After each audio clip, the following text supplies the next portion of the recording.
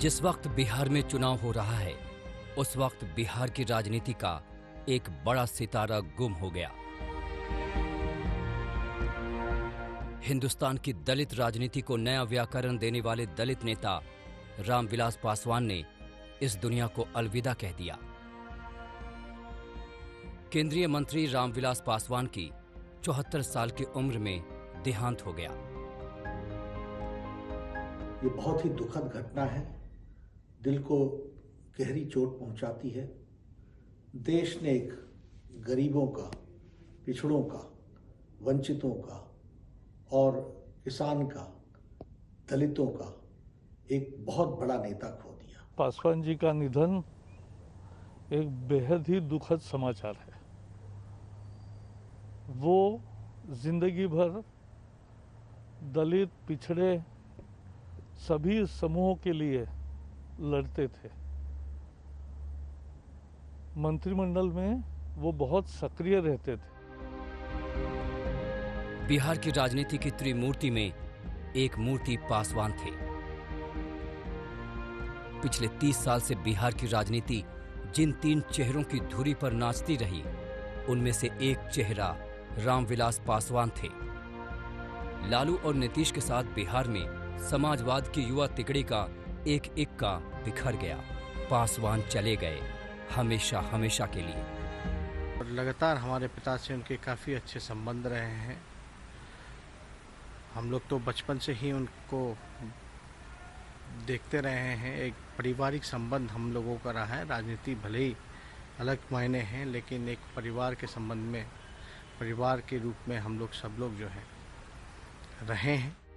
पासवान के लिए राजनीति का सफर एक खुरदुरा सफर रहा। जमीन पर संघर्ष करके अपने लिए जगह बनाने वाले नेता थे। अपने इरादों के पत्थर को सियासत के आसमान में ऐसा उछाला कि उसमें सुराख कर दिया।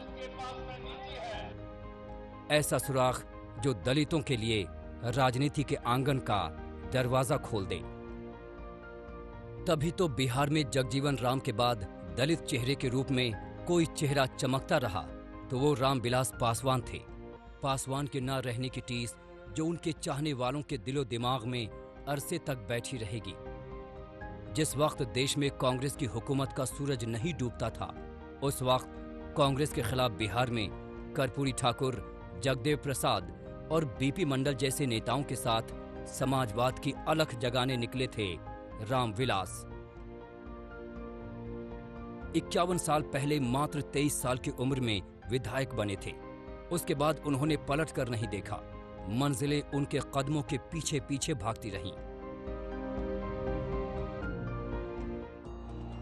1977 में हाजीपुर से जब पहली बार लोकसभा के लिए चुने गए तो रिकॉर्ड वोट से उस जीत के रिकॉर्ड को 12 साल बाद खुद पासवान ने ही तोड़ा, जब 1989 में वो हाजीपुर से ही चुनाव जीते थे।